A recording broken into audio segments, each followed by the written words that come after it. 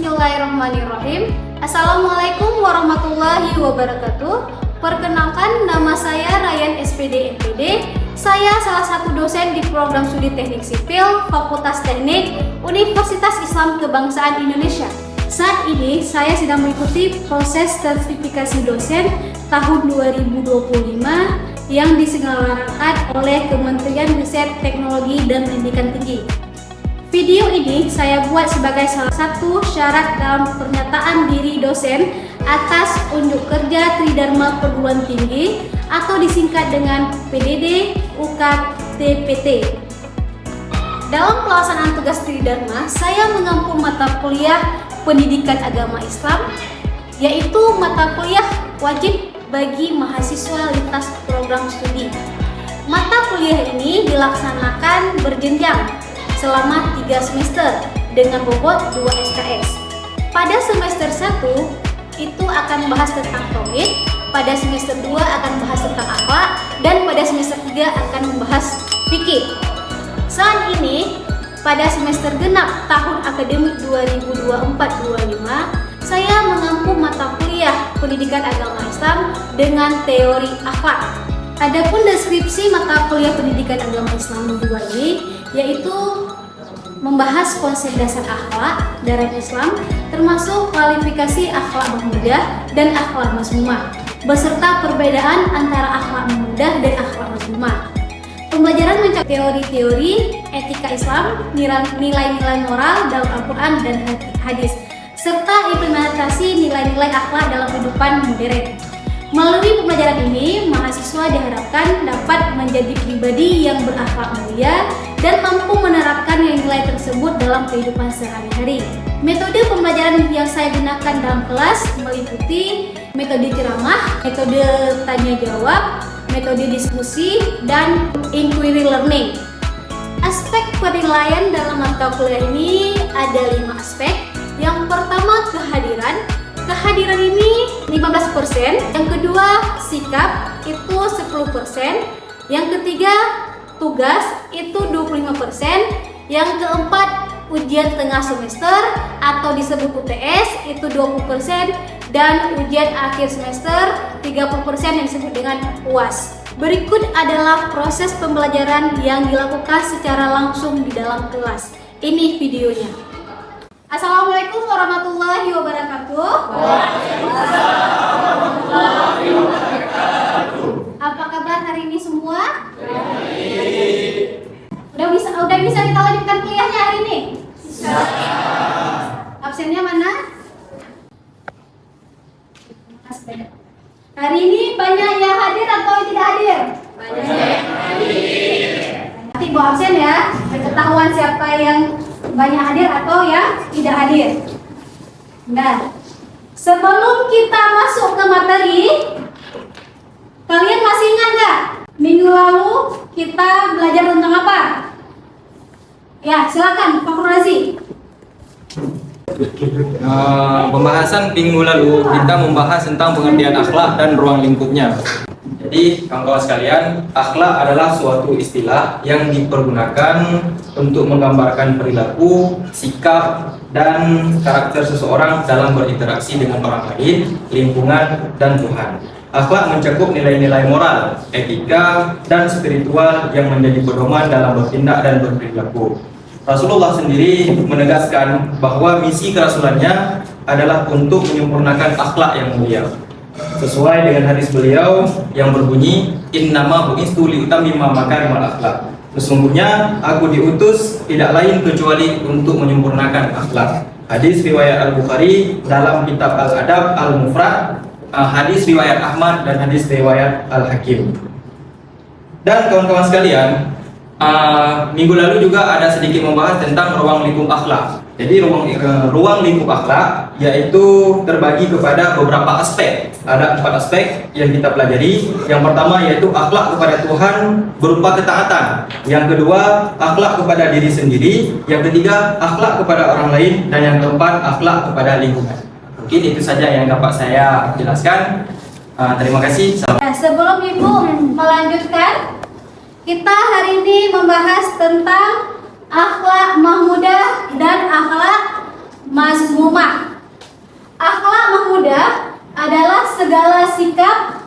perbuatan yang baik yang sesuai dengan ajaran agama dan norma-norma yang berlaku. Ingat ya, beda ya berdua ya.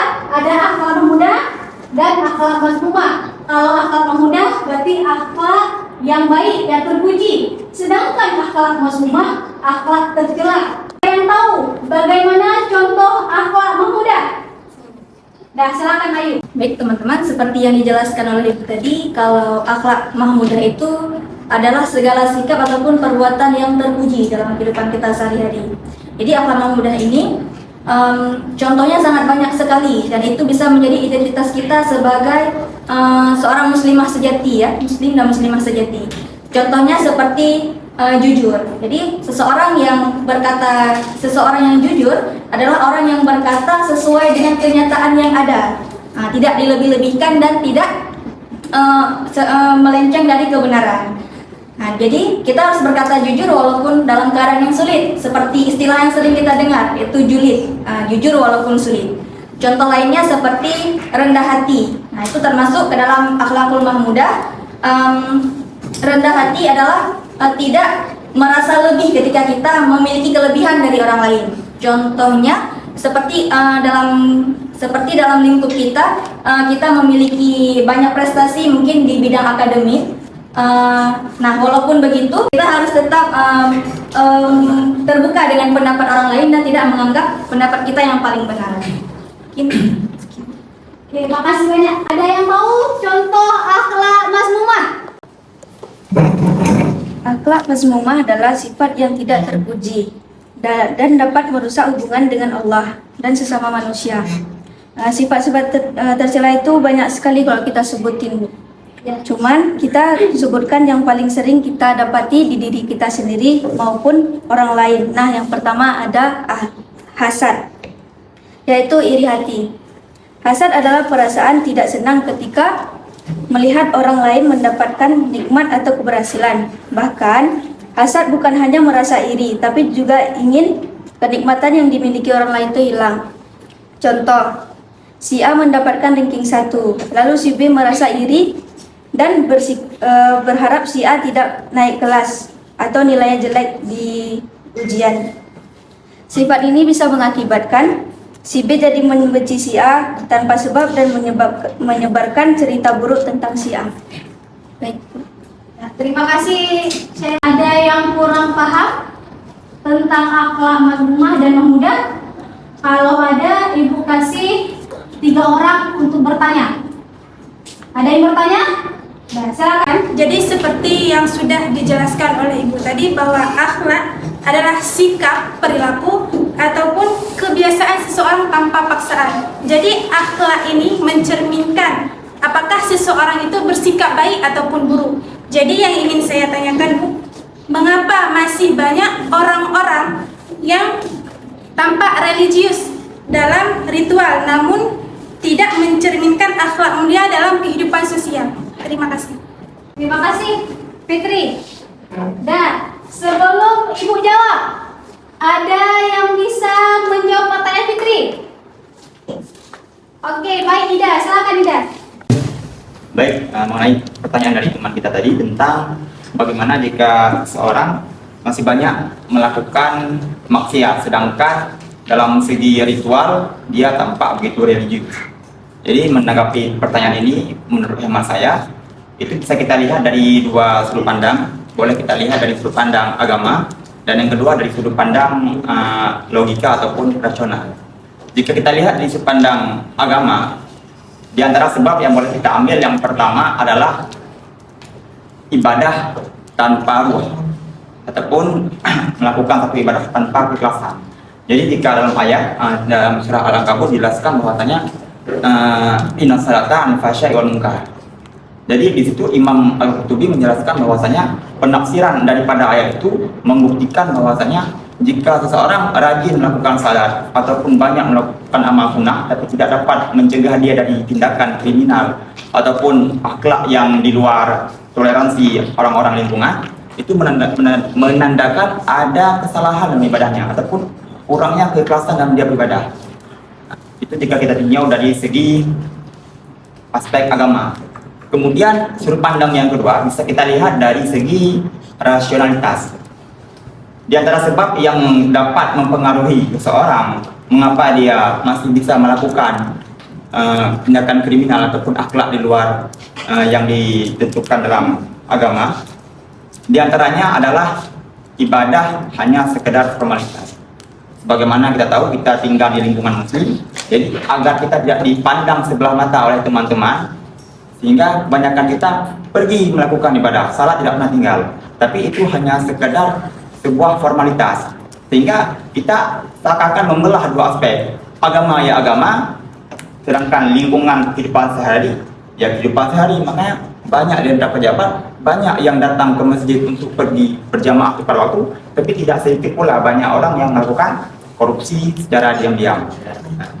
Jadi terkait tentang hal itu menurut hemat saya bisa menjawab. Kemudian sambungan daripada pertanyaan beliau yang menanyakan bagaimana solusinya. Jadi tentang solusi sebagaimana tadi telah dijelaskan oleh dosen pengampu kita, solusinya diantaranya adalah faktor lingkungan, itu yang sangat berpengaruh. Sebagaimana dalam satu kutipan diungkapkan, al-insan ibnu al-mi'ah, manusia itu anaknya lingkungan. Jadi di mana kita dilahirkan, di mana kita tinggal, di situ karakter kita akan terbentuk. Jadi karena kita dapat berpengaruh sebagaimana lingkungan kita, maka carilah lingkungan yang baik untuk membangun karakter yang baik. Mungkin itu sekian dari jawaban saya. Jika ada teman-teman yang ingin menambahkan, boleh untuk menambahkan. Selanjutnya, ada yang bertanya lagi? Dah, silakan Zikri. Saya ingin bertanya tentang pengertian akhlak. Apakah seseorang itu bisa kita anggap baik jika akhlaknya baik, tetapi ibadahnya kurang? Sekian dari pertanyaan saya. Bagus sekali. Apakah akhlak seseorang itu baik tergantung perbuatannya? Ya, ada yang menjawab pertanyaannya? Silakan Ika. Yang mana pertanyaan tadi, apakah seseorang bisa dianggap baik jika akhlaknya baik tapi ibadahnya kurang? Jawabannya bisa dianggap baik tapi tidak sempurna. Karena dalam Islam, akhlak yang baik saja belum cukup untuk menjadikan seseorang benar-benar baik yang sempurna jika ibadahnya kurang ataupun ditinggalkan. Allah SWT memerintahkan kita untuk menjaga hubungan dengannya ataupun hablum minallah melalui ibadah dan juga menyuruh kita untuk menjaga hubungan sesama manusia yaitu hablum minannas dengan akhlak yang mulia. Oke, terima kasih Ica. Bagaimana Farhan? Bisa. Bisa. Udah. Satu lagi, aku kasih kesempatan. Siapa yang bertanya? Silakan Mukis. Lalu, Udah, silakan. Assalamualaikum warahmatullahi wabarakatuh. Saya ingin bertanya Bu tentang teknologi modern. Bagaimana teknologi modern dapat mempengaruhi akhlak-akhlak anak zaman sekarang, baik positif maupun negatifnya? Sekian. Sekarang zaman kita zaman era digital. Ya. Banyak sekali anak-anak salah menggunakan teknologi, ya, sehingga mungkin dari faktor keluarganya sudah bagus pendidikannya, tapi karena faktor teknologi anak itu bisa akhlaknya bisa kebelakangan. Nah, mungkin ada yang menjawab pertanyaan si Bokis. Rasakan Hafiz. Assalamualaikum warahmatullahi wabarakatuh. Waalaikumsalam warahmatullahi wabarakatuh. Baik, saya akan menjawab pertanyaan dari Ibu Bismillah. Di mana pertanyaan beliau tersebut, bagaimana teknologi modern mempengaruhi akhlak seorang baik dari segi positif maupun negatif. Sebagaimana kita tahu bahwa teknologi modern merupakan teknologi yang berkembang di semua negara, baik itu melalui teknologi, informasi, dan komunikasi. Jadi teknologi modern ini terdapat beberapa ganda baik dari posisi positif maupun negatif. Terutama dari posisi positif yaitu mempermudah akses informasi dan mempermudah akses komunikasi serta mempermudah semua orang untuk berkreasi dan mendapatkan peluang kerja. Dan sedangkan dari segi negatif itu seseorang di mana yang kita tahu pada zaman sekarang yaitu melalui penyelundupan konten negatif dan konten-konten yang tidak sewajarnya untuk ditontonkan. Jadi untuk lebih panjang lagi, saya beri contoh dua lagi yaitu dampak positif, yaitu akses informasi dan pendidikan. Di mana dengan adanya teknologi modern ini, di mana teknologi modern tersebut dapat mempermudah di mana sekolah dan perguruan dalam menjalankan pendidikan. Seperti yang kita tahu, baik ada pendidikan daring yaitu online. Yang tentu semua mahasiswa pasti pernah mengikuti yaitu tentang pembelajaran daring. Tahu kan daring itu apa? Untuk pembelajaran online. Sedangkan dari posisi negatif, teknologi ini mempengaruhi dari sisi negatif yaitu terhadap kecanduan digital terutamanya. Banyak sekarang baik dari anak-anak maupun sampai dewasa, kecanduan digital itu adalah sesuatu alat yang tidak bisa dipisahkan. Bangun tidur melihat HP, misalnya HP yang marak di sekarang ini, di era ini, teknologi yang marak saat ini merupakan handphone ataupun gadget. Karena banyak kita lihat anak-anak, bapak-bapak dewasa semuanya, baik yang sudah tua-tua walaupun dah lanjut usia yang tidak mau lepas yang namanya itu handphone. Bangun tidur handphone, bangun siang handphone, apa-apa handphone. Kalau tak lihat HP, serasa-rasa tak guna hidup itu. Bagi anak-anak sekarang kita tahu, sedangkan anak-anak zaman dulu banyak dan mereka pergi ngaji siang. Tapi sekarang kita banyak lihat anak-anak yang sudah membuangkan yang dimana kebiasaan tersebut, banyak yang memainkan gadget seperti bermain game online dan sebagainya. Sedangkan yang intinya mereka akan depo. Kalau tak depo ataupun mutar selot sehari kayak tak makan seminggu gitu bu. Dapat 1 juta, mereka bangga bu. Mereka loncat-loncat. Yang dikasih 1 juta, yang rugi 10 juta. Positif maupun negatif itu. Sekian, apakah bisa diterima? Mungkin? Bagaimana mungkin saya terima? Ibu tanya sama kalian, mahasiswa atau di kelas ini ada yang seperti Hafiz tadi bilang, mending rugi 10 juta daripada nggak makan seminggu. Ada yang seperti itu?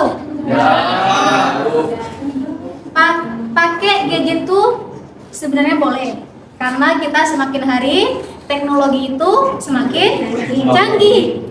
Tapi bagaimana caranya kita dalam memakai itu?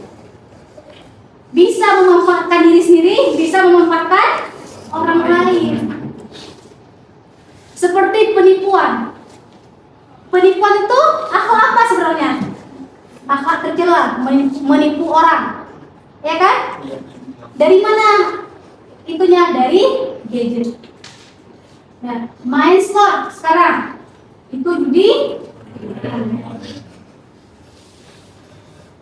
Ya? Dikasih tahu sama kalian, gadget itu bisa menghasilkan uang, bisa menghasilkan diri sendiri ke dalam sel tahanan. Tergantung bagaimana cara kalian menjalankan, bagaimana cara kalian menggunakan. Tidak mungkin juga kita sekarang nggak pakai gadget kan? Karena semakin hari dunia kita semakin canggih. Nah, untuk hari ini sebelum tutup, baik teman-teman, kita telah mendengar penjelasan tentang akhlak dan ruang lingkup, dan akhlak mahmudah dan akhlak mazmumah. Nah, akhlak adalah sifat atau perilaku yang menjadi ciri khas seseorang yang dapat berupa sifat terpuji yaitu mahmudah dan tercela yaitu mazmumah. Ruang lingkup yaitu hubungan antara Allah, hubungan antara manusia, dan hubungan diri kita sendiri. Nah, Allah menciptakan manusia dengan sifat-sifat yang dapat dikembangkan, seperti sifat mahmudah yaitu terpuji, dan sifat tercela yaitu mazmumah. Sifat mahmudah seperti syukur, sabar, dan kasih sayang dapat membawa manusia kepada kebaikan dan kedekatan dengan Allah. Sedangkan sifat mazmumah yaitu tercela seperti iri, dengki itu dapat menjauhi kita dari Allah. Nah, dengan memahami sifat-sifat ini kita dapat berusaha untuk mendekati sifat-sifat yang baik seperti taat kepada Allah, dan kita harus menjauhi sifat-sifat yang tercela seperti iri dan dengki. Nah, akhlak bukan sekadar aturan, tapi cerminan dari diri kita. Sebenarnya di era digital, akhlak diuji bukan hanya di dunia nyata, tetapi diuji juga lewat jempol dan layar. Apakah kita tetap jujur, sopan, dan bijak saat tak ada yang mengawasi kita? Nah, untuk memiliki akhlak baik itu bukan soal sempurna, tapi soal sadar dan terus belajar jadi lebih baik. Karena di akhir hari orang tidak akan selalu ingat pencapaian kita, tetapi mereka akan melihat bagaimana kita memperlakukan mereka. Cukup sekian kesimpulan dari saya. Saya akhiri. Assalamualaikum warahmatullahi wabarakatuh. Waalaikumsalam. Baik, terima kasih Amira. Jadi untuk hari ini kita sudah membahas tentang akhlak mazmumah dan akhlak mahmudah. Insya Allah minggu depan kita akan membahas tentang faktor-faktor yang mempengaruhi akhlak masyarakat di Aceh khususnya ya. Untuk hari ini Ibu cukupkan. Terima kasih banyak. Wabillahi taufiq wal hidayah. Wassalamualaikum warahmatullahi wabarakatuh. Waalaikumsalam warahmatullahi wabarakatuh.